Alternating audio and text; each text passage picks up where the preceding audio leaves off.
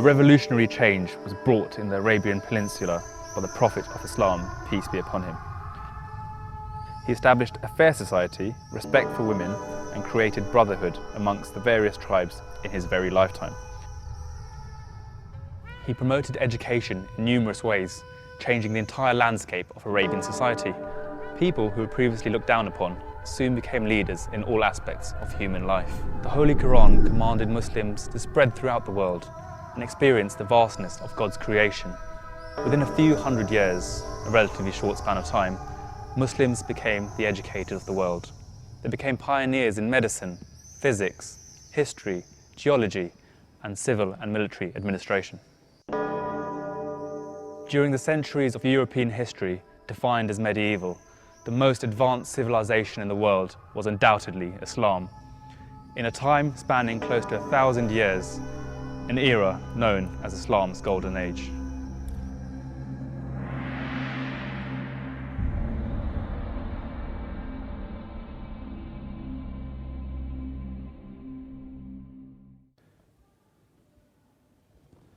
The holy founder of Islam, peace be upon him, placed great emphasis on learning. His specific instruction was to seek knowledge from the cradle to the grave. It is the quest for knowledge which opens the doors of progress, where Muslim minds seek not only to prove their own genius, but to implement it for the service of their creator. Islam's rapid spread during the time of the Holy Prophet, peace be upon him, and under the leadership of the rightly guided Khulafa, precipitated what is commonly referred to as the Golden Age of Islam, a period which ushered in immense contributions to philosophy, science, engineering, and governance. The development of modern medicine, astronomy, and mathematics, the refinement of algebra and trigonometry, and the use of optics in a physical manner are all legacies from the Islamic era. Muslim scientists brought both knowledge and application into inventions which are still pertinent to modern life today. Small tools ranging from scissors all the way up to complex water-powered pumping machines and standardized weighing scales were all invented by Muslim scientists. Indeed, their legacy lives on, but it's not just through the machines themselves, but also the words, many of which are derived from Arabic origin. Words include algebra, algorithm, alchemy, and camera are all derived from root Arabic origin.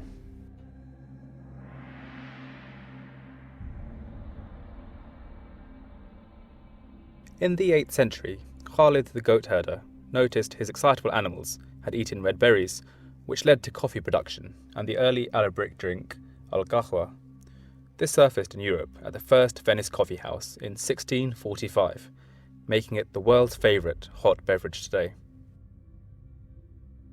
In the 8th century, Jabir ibn حيان devised and perfected the distillation process using the alembic still, which is still used today. Muslims were producing rosewater, essential oils, and pure alcohol for medical use.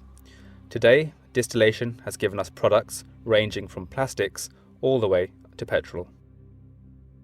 Early 13th century, al-Jazari was the first person to use a crank, which transmits rotary motion into linear motion. His machines were able to raise huge amounts of water without anyone lifting a finger. Muslims also pioneered use of alternative energy through windmills and the construction of dams and water reservoirs. The invincible designs of 12th century castles of Syria and Jerusalem were imitated in Western lands, with key features like round towers, arrow slits, barbicans, and battlements. More than 1,000 years ago, in a darkened room known as Gamara in Arabic, Ibn al-Haytham observed light coming through a small hole in the window shutters, producing an upside-down image on the opposite wall.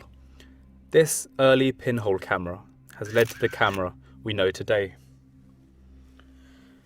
In the 13th century, Ibn al-Khaldun traced the rise and fall of human societies in the science of civilization, recording it all in his famous book, Al-Muqaddimah, or Introduction to a History of the World, which forms the very basis of sociology and economic theory today.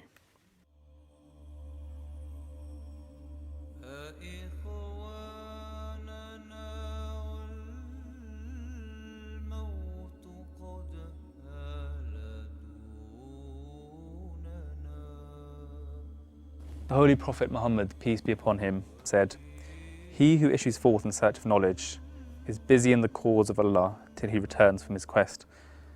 In this hadith, travellers emphasised in relation to the seeking of knowledge, and the emphasis on movement intertwined with knowledge refers to the pilgrimage to Mecca.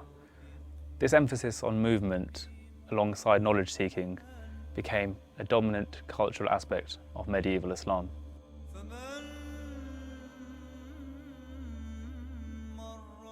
Perhaps one of the most famous explorers of all time, Ibn Battuta travelled over 75,000 miles in 29 years' time through over 40 modern countries, compiling one of the best eyewitness accounts of the customs and practices of the medieval world. Muslims were also the first people to commonly hold the idea of a round earth. In the 11th century, al-Idrisi was commissioned by the Norman king of Sicily to make a map. He produced an atlas of 70 maps called the Book of Roger, showing the earth was round. Al-Idrisi also made a globe out of silver to further stress the point. Maths, known as the language of nature, has been an integral part of Islamic science, as well as developing existing Greek concepts like trigonometry and giving us the numerals we use today. In the 8th century, al-Khwarizmi introduced the beginnings of algebra, and it was developed into a form we still use today by many Muslims who followed him. Second World War problem solvers were carrying on the code-breaking tradition first written about by polymath al-Kindi from Baghdad, when he described frequency analysis and laid the foundation of cryptology. Cutting-edge surgeon al-Zahrawi introduced over 200 surgical tools that revolutionised medical science more than 1,000 years ago. These tools look identical to modern-day 21st century tools used in various types of surgery. It was the gravitational pull of Khilafat that precipitated the rapid progress of Islam during its golden era. Once Khilafat on the precept of prophethood ended, the dominance of Islam soon began to fade.